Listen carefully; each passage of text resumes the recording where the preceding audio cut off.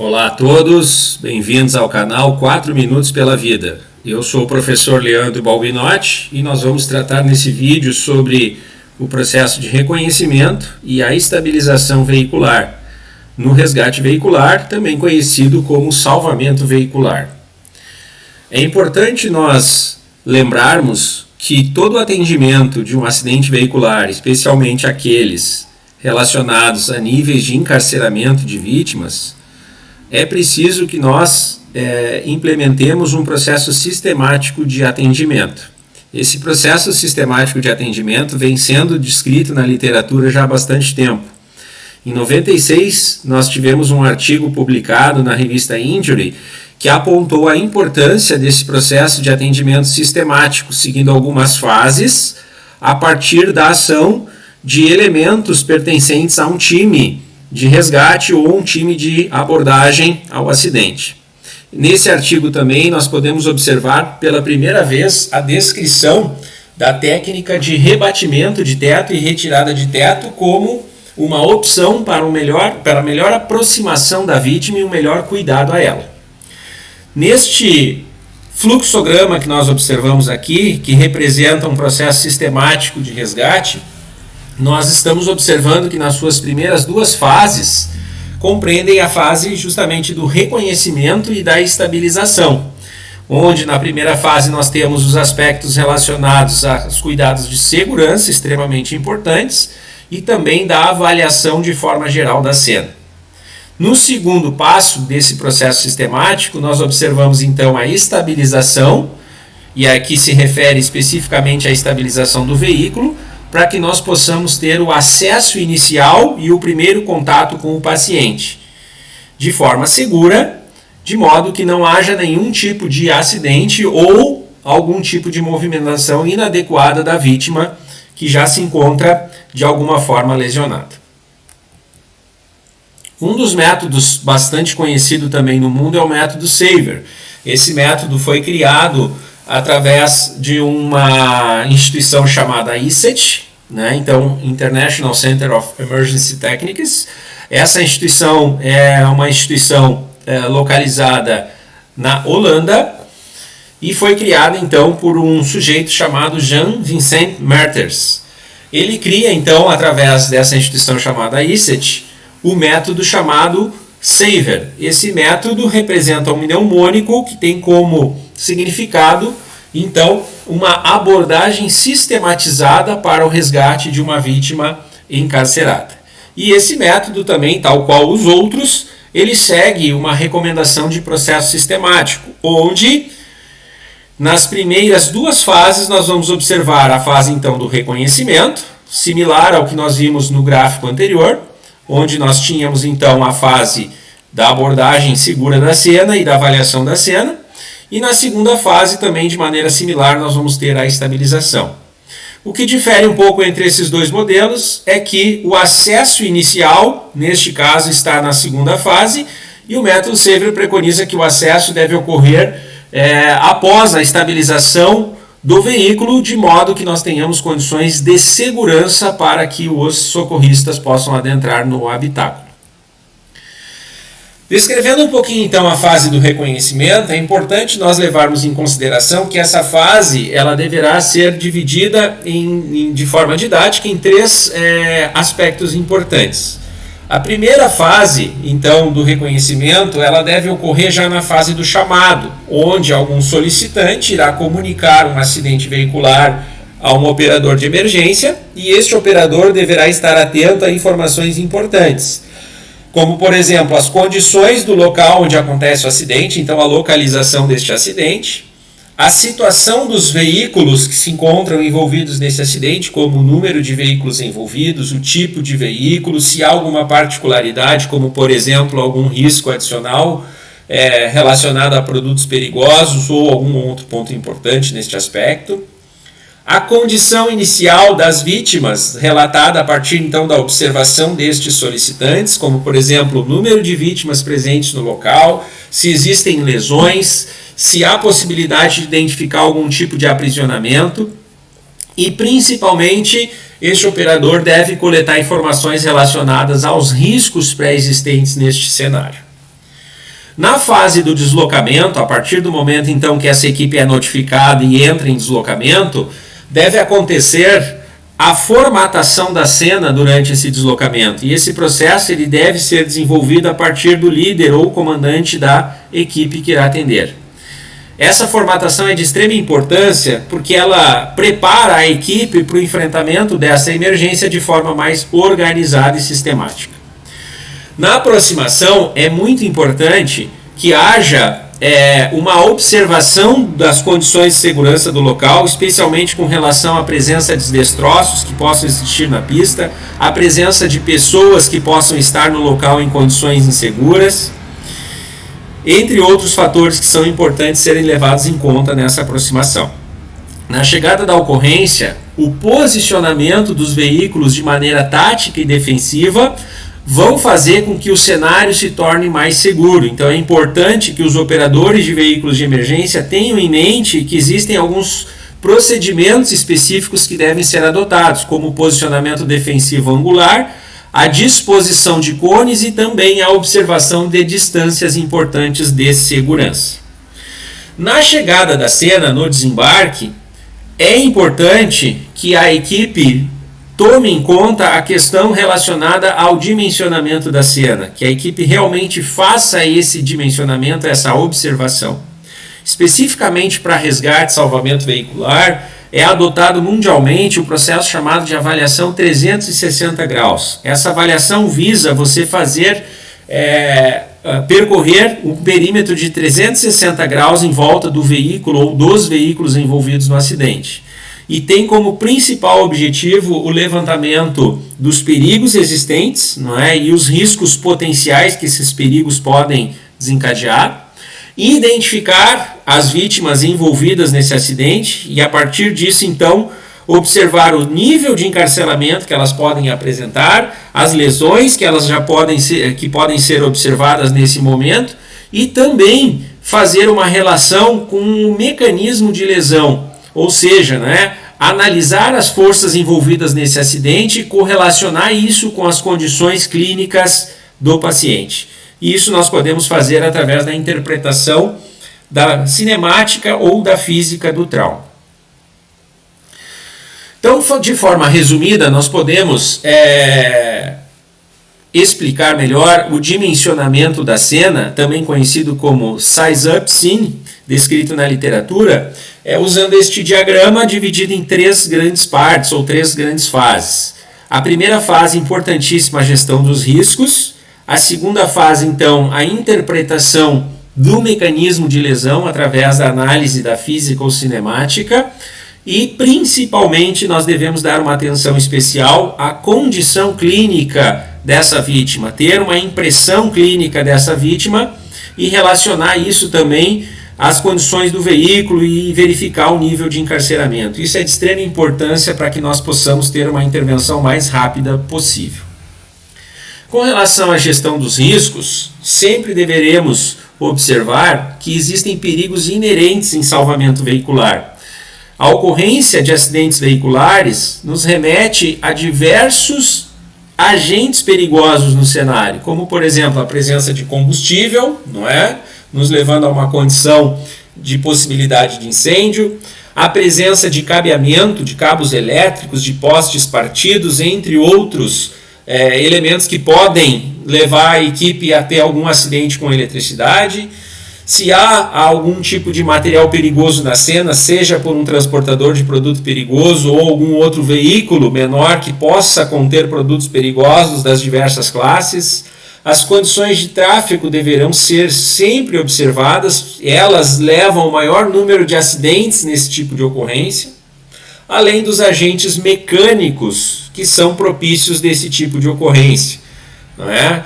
À medida que nós vamos fazendo manobras ou desmantelamentos no veículo, nós vamos gerando cantos vivos ou arestas e estes podem acabar gerando acidentes importantes.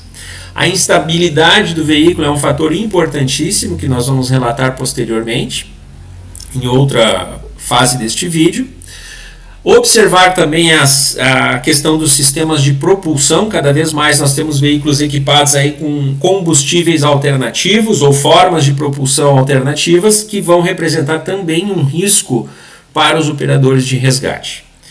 Em especial, nós devemos sempre lembrar que os sistemas de retenção suplementar ou outras tecnologias nesses veículos podem representar também riscos durante as operações, como, por exemplo, a deflagração de airbags, os cintos de segurança com pré-tensionadores, entre outros dispositivos presentes de acordo com as tecnologias existentes. Então, para que nós possamos fazer a gestão desses riscos diante de tantos elementos perigosos, nós deveríamos, então, adotar algumas medidas de controle. E aqui, didaticamente, neste vídeo, nós vamos dividir em 3 momentos importantes: a segurança do local, a segurança individual e a segurança corporal. A segurança do local, ela representa as condições relacionadas à segurança do cenário, à estabilização da cena, representado, através das medidas de controle que nós vamos exercer sobre todos os perigos elencados anteriormente. E também uma importante atenção para a estabilização do veículo. No segundo ponto, a segurança individual, nós deveremos estar atentos às questões relacionadas aos riscos mecânicos gerados no veículo.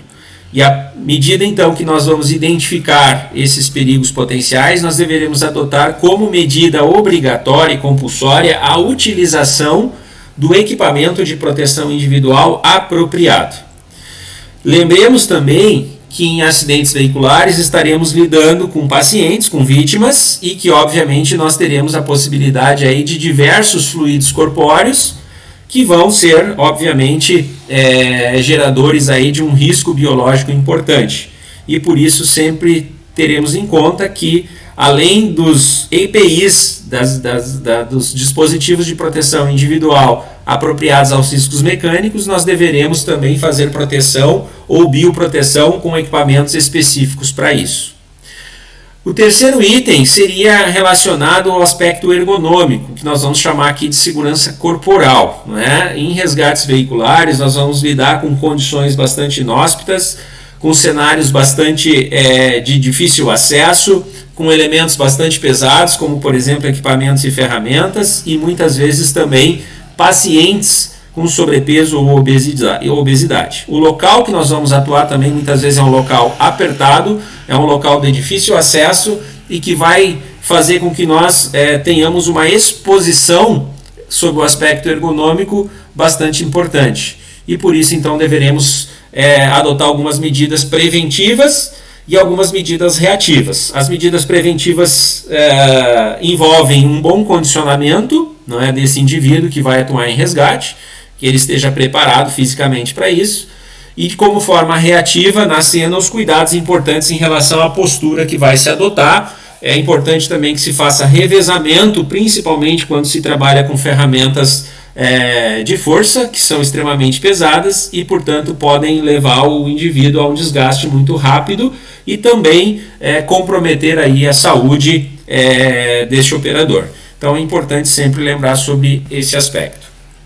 No cenário, nós deveremos adotar como estratégia de organização da cena o que nós vamos chamar de zonificação ou delimitação de zonas. Esse processo é um processo já conhecido, ele é preconizado pelo Sistema de Comando de Incidentes, que surgiu nos Estados Unidos. Hoje ele é preconizado como uma diretriz obrigatória nos Estados Unidos para qualquer nível de atendimento de emergência, e em resgate ou salvamento veicular ele também vai ser utilizado. Então, nós vamos implementar o que nós vamos chamar de zonas de trabalho, como a zona quente, a zona morna, a zona fria, e em particular, para o salvamento ou resgate veicular, nós vamos ter o que nós chamamos de zona interna também. Além dessa delimitação de zona que já é conhecida, nós vamos implementar o que nós chamamos de círculos ou perímetros de ação, que compreende um círculo interno e um círculo externo. Esses círculos eles vão servir de balizamento para que nós possamos organizar o nosso teatro de operações e nós possamos desempenhar nossas ações de maneira mais sistemática, organizada e segura. O círculo interno ele vai representar uma delimitação para que ocorra o procedimento específico do resgate, ou seja, ele vai delimitar a nossa zona de ação. Ele estabelece alguns limites de segurança, especialmente para aquelas pessoas envolvidas no cenário, e obrigatoriamente nós deveremos ter dentro desse círculo interno apenas os resgatistas envolvidos com os procedimentos técnicos e o pessoal de atendimento pré-hospitalar autorizado.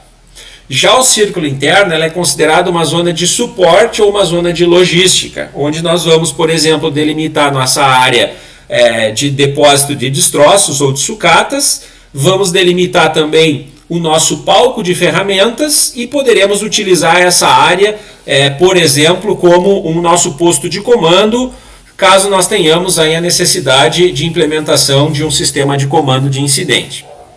Então aqui esse diagrama nos mostra uma forma esquemática de como nós podemos organizar isso, não é? A partir do ponto de colisão, caso nós tenhamos uma colisão entre dois veículos ou um choque contra objeto fixo, nós vamos determinar o ponto de impacto e a partir desse ponto de impacto nós vamos então traçar uma distância que pode variar entre 5 a 10 metros, isso vai depender do local. E esse círculo imaginário, então, ele vai compreender o limite do círculo externo. A partir do veículo, ou dos veículos, ou de cada veículo, nós vamos, então, traçar um raio que varia de 3 a 5 metros, e isso vai, então, delimitar para nós o nosso raio de ação como círculo interno, conforme foi descrito anteriormente. Aqui nós podemos observar também que nessa linha de margem entre o círculo interno e o círculo externo a gente tem o que a gente vai chamar de palco de ferramentas, né? Ou área de posicionamento de ferramentas, e também nós podemos observar aqui o depósito de destroços. Isso pode variar de acordo com a literatura, alguns autores consideram que o depósito de destroços ele vai ficar dentro do círculo interno, e esse aqui, por exemplo, ele descreve como uma área externa, não é, fora do círculo de trabalho externo. Isso varia conforme a literatura. Aqui, então, nesse diagrama é interessante nós observarmos que existe a integração, não é, ou a interface entre o que nós vamos chamar de zonas, como zona quente, morna, fria e interna, utilizando também os círculos de trabalho, ou zonas de trabalho. Então, aqui correspondente à zona interna, nós vamos ter o interior do veículo, onde os socorristas especialmente vão atuar. É importante salientar que isso sempre deve ser levado em conta, porque existem riscos e tarefas importantes dentro dessa zona. Depois a zona quente, que é a zona compreendida então ao redor dos veículos, conforme o que foi delimitado, de 3 a 5 metros. A zona morna, que é a zona imediatamente após a zona quente, que é uma área então que pode variar de 5 a 10 metros, então compreendida pelo círculo externo, onde teremos então o palco de ferramentas, o depósito de destroços, o posto de comando, enfim, a nossa zona de logística. E considerada então como uma zona fria, aquela zona então que está após esse círculo externo e que compreende muitas vezes uma área de posicionamento de viaturas e uma área onde nós procuraremos então manter pessoas transeuntes populares que estão na cena, de maneira então que eles fiquem de forma protegida e isolada, não interferindo no cenário e obviamente garantindo a segurança desses indivíduos. Aqui apenas alguns exemplos que a literatura nos traz. Aqui, por exemplo, eu trago uma imagem do livro de Andumbar, mostrando essa delimitação. Como eu disse, isso pode variar de acordo com o autor, mas é importante que o conceito seja aplicado, que nós tenhamos essa delimitação. Aqui um outro diagrama, obtido através aí de um manual, de um curso da Academia Nacional de Bombeiros do Chile, mostrando um cenário com um veículo, um impacto contra uma árvore, um choque em objeto fixo, e aqui então 2 veículos envolvidos no cenário, demonstrando que nós teremos então 2 perímetros internos, um para cada veículo, e depois um perímetro maior, compreendendo aí o círculo externo ou perímetro externo. Obrigado pela atenção de todos e até uma próxima oportunidade.